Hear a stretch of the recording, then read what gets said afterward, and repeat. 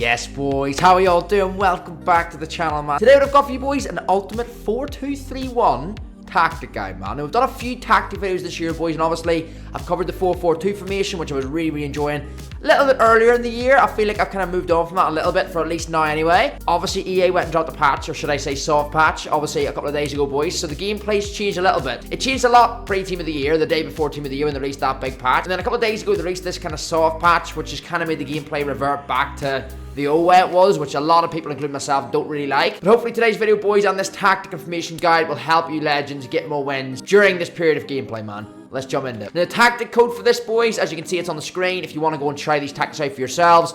And obviously, I'll leave that top line in the description and in the comments pinned as well, of course. Alright, boys, so moving on to formation there. It's the 4-2-3-1 wide. Obviously, we do have the narrow option as well with this. But for me, I much prefer the wide option as well. I've always been a free player that prefers wing play as well. So, yeah, definitely the wide for me. Obviously, balanced on the build-up style. And then in terms of the defensive approach, we've got the line height at 57, alright? Now, obviously, it doesn't have to be exactly 57. That's the kind of sweet spot I find. For this line height, boys, anywhere from like a 50 to a 65 line height should be fine for you. Depends how much really you're confident in your defending. This team, as I'm going to get on to with the player rules and stuff, has a very good structure to it, which has helped your boy Fuddy defend a lot, man, because I was struggling a couple of weeks ago in this game with defending and how difficult it was. So yeah, this has definitely helped with the structure in this team. And for me, as I say, anywhere between 50 and 65, boys, should be fine. I went middle of the road there on 57 on the line height, man. Alright, boys, so the player roles, man. Alright, this is the nitty gritty of these formation and tactics, man. You got to get these right if you want the team to perform well as well. So obviously, sweeper keeper and goalkeeper, I've always had that if they've got the plus, so I've got that in there. So on fullbacks then, boys, we're going to have them on fullback, and we're going to actually have them on defend. Now, you can run balanced on this, but as you'll see with our wingers and our attacking players, I think this formation is very structured,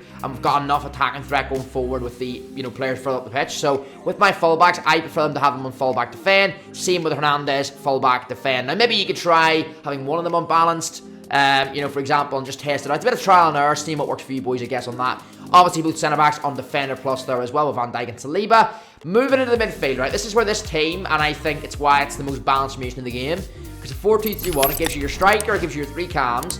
Your cam, depending on how you run them. I run mine as a playmaker, so we're going to get on to in a wee second with Zidane. Like, that's he nearly feels like a second striker at times, or like a false nine. We have Camavinga on deep line playmaker, and I've got focus on him as build up. Alright, now you could have set this to defend. Definitely wouldn't go with roaming, because you want your CDNs to be structured. But defend does work. Depends, as I say, what way. Once you get a few games of this formation under your belt, boy, and you see what way it's performing for you, you can obviously make these little changes here and there if you see fit, right? But with me for Camavinga, I really enjoy him on this build up. Really just does help the fluidity of my team, boys, before, because it just seems my attack's a lot more fluid with him at this base, that pivot, with he's a lot more open for pass and stuff. So that's why I've got him there. Obviously, I always think with this formation, because of the structure of it, very important to have one on holding. So I've got this Thuram. He's a really good, big body, big stature card. He's in there on holding plus and focus on defend. Moving in to the four front men, alright? We've got the Zinedine Zidane in that playmaker plus in the central cam. As I've already explained, boys, he feels like a second striker at times. The way he makes runs off Endrick, or supports Endrick with passes and stuff as well. Because the one thing you don't want is obviously a formation like this when you're running one striker. Obviously the 4-4-2 is effective this year as well. Why do I feel this formation's even better with the one strikers? Because people like this, Zidane, can get in and around him. Yeah, he's in there for me on this playmaker plus and balanced on the focus. Berto then on inside forward, Chiesa on inside forward as well. Both them, I think it's the best role for your right mids, left wings, right wings this year. Your wide players, I think inside forward's the way. I run Chiesa on this attack focus, and I run Roberto on the balance. The reason for the switch in that, I always find having one on the inside forward balance and one on the inside forward attack is the best way to run it, boys. I've tried both before, and it does seem like I find with me, I need a structure. The whole point of this formation as well, I like the structure in it. And because obviously with inside forward, the players move in, they're moving towards that penalty box nearly as like wide strikers for you nearly. Yeah, I like that. That's great on attack. Sometimes I find though on the build up, it's not the best, because you want to have that build up play as well, and you want them to be showing out wide for you. So I like having one of them unbalanced like Roberto, and one of them on attack. And then Endrick, boys, Team of the Year Blueprint Endrick is my striker up here. I've got him on the advanced forward plus. I think any striker with the plus and advanced forward is always a go-to.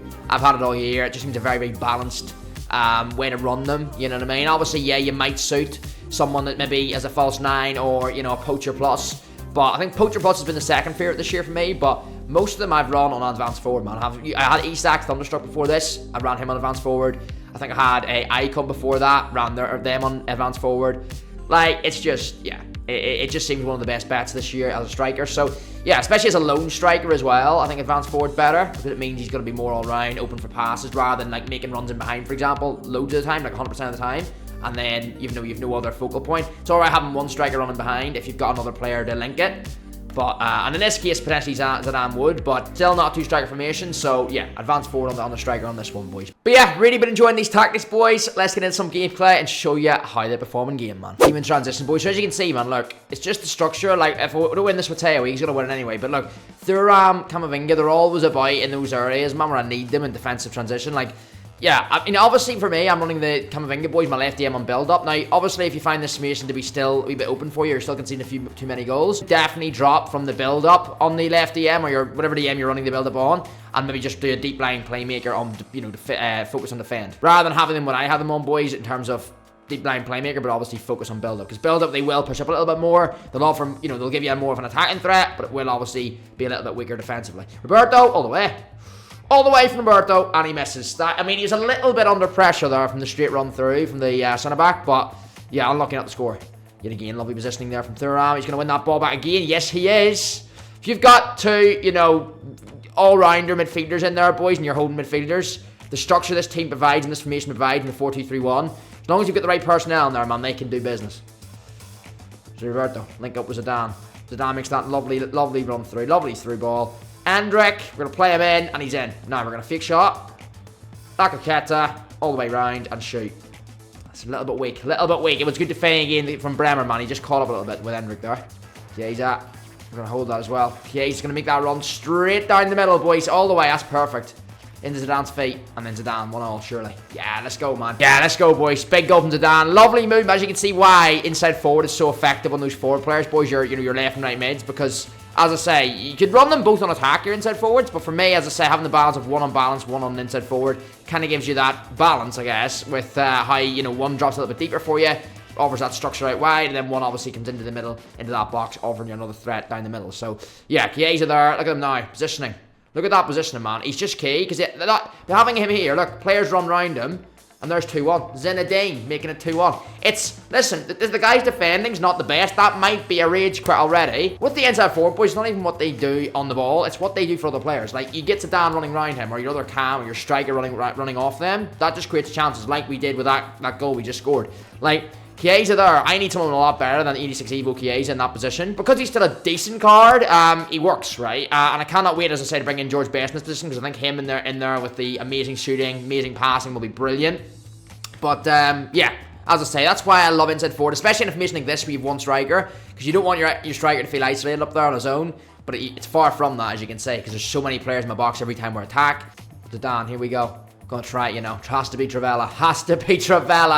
Little bit. As soon as I hit that, boys, I knew it was a little bit too much on the power bar, man, but, you know, worth a go. Here we go, man. Teo. Lovely run from Zidane again. We're gonna not use him, though. We're gonna slip Zidane in now. We're gonna ball stop it. And we're going to hold for Endrick. Look at that, man. It's just space. It's just space. And I should be shooting that. Why am I trying to cut that back? That is on me. Big mistake. We should be 3-1 up, man. So here we go. This is Roberto poising the ball now. Obviously, this is his average position when you run him unbalanced, right? And I like this. I like the fact that I've one dropping him a bit deeper, because obviously if you look at Chiesa, right? Look at Roberto now, right? Look at him. Look where Chiesa is. Obviously way over there, man. Look, this is Chiesa making that run forward now. We're going to try and slip the ball to him. There we go. Finesse maybe. Unlucky. But you can see the difference there, boys, in having one unbalanced and one on the focus on attack, right? And that's why I like it as well from a defensive standpoint. When you lose the ball, you've got one a little bit dropping deeper. Like, say, for example, I lose the ball, right? At least I know I've got, obviously, Thuram and Camavinga, they hold a real good structure in the team. They've got energy to get back, make those tackles, interceptions, blocks. But also, I've got another one in Roberto, who isn't that far forward because I've got him unbalanced. He can cut back and support as well. So I know myself, with my gameplay, like, I'm not the best defensively in this game. So to have that structure whereby it gives me a nice balance across the pitch where I can score a lot of goals, but also be, you know, solid defensively. Not improve my own defending, but that just by in terms of the structure I've got, and making it easier for myself to defend, then I'm going to do that, of course. All the way from Chiesa, man. We've got Endrick in that box. Not going to play him. They're going to look for Zinedine in midfield. Back in here. We're going to wait for options here, boys. I see an option here. There's Roberto. We're not going to play it just yet. Van Dijk makes a move. Chiesa. Holds. Endrick. Spin. Skill move. Turn. Shoot. That's unlucky. That's unlucky. And do you know what? Yet again, and I've said this to you boys on stream a lot, People that move their keeper against me, which happens a lot when you're in, like, you know, Div 3 and above in Rivals especially. I always know they're going to move it, boys, but I'm always super slow to react, man. Boys, all we need is one more goal, man, to see this game off. A nice, comfortable 3-1. I've definitely created enough chances, boys, to be ahead by way more, and this might be it here. Inside ball. That's the one, Roberto. Boom. Finish that game. Finish that game, man. Let's go.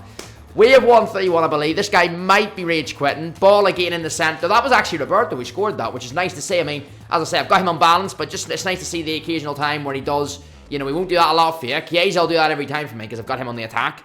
Where, you know, make that type of run where it occupies another defender in the box because he's making the run from left to right, or sorry, right to inside into the box. Roberto from that left channel, making the run into the box. Doesn't do it a lot because obviously I've got him on balance. But he will do it the odd time as shown there, and we pick up a third goal, man. We want 4, man. Oh, look at Chiesa. Hold it. Zidane. And again. The overlap. Finesse shot. Yes, man, let's go. It's that extra man, and I think this might be him now, boys. I think it might be him now, man. Yeah, it is. First foot champs game, just like that, against Ice Coldy. We take it, man. Yeah, I just thought, you know what, we've got to run this tactic. I'm going to obviously run it all weekend league. I've ran it all through the weekend rivals, boys. During my qualifiers as well. Really, really nice, man. I've got to say. So, yeah. Comfortable first foot champs game there. Drop it in the comments, of course, boys, if you enjoy this tactic. Listen, I'm not the best defensively. You know, those of you boys who watch my gameplay on stream and stuff will know that. I am not the best defensively at this game. Whether that was, you know, the new patch or whether it was the patch before that, which, you know, made defending a lot harder for pretty much everyone. But yeah, I'm just generally not a great defensive player in this game. A lot better going forward. It's a really, really well balanced formation, and because of that, I just find that, you know, I'm not necessarily improving defending as a player, but it's helping me defend with the way I've got the personnel lined up in the team. They just cover a lot more space, cover a lot more ground in that team. And then, as I say, having the inside forwards, which I think every custom tactic video I've done this year, the wide players that I've had in the team have always been an inside forward. Just depends what way you want to run them. Do you want to run them like on both attack? Do you want to run them both balanced? For me, I like the balance of one attack and one unbalanced.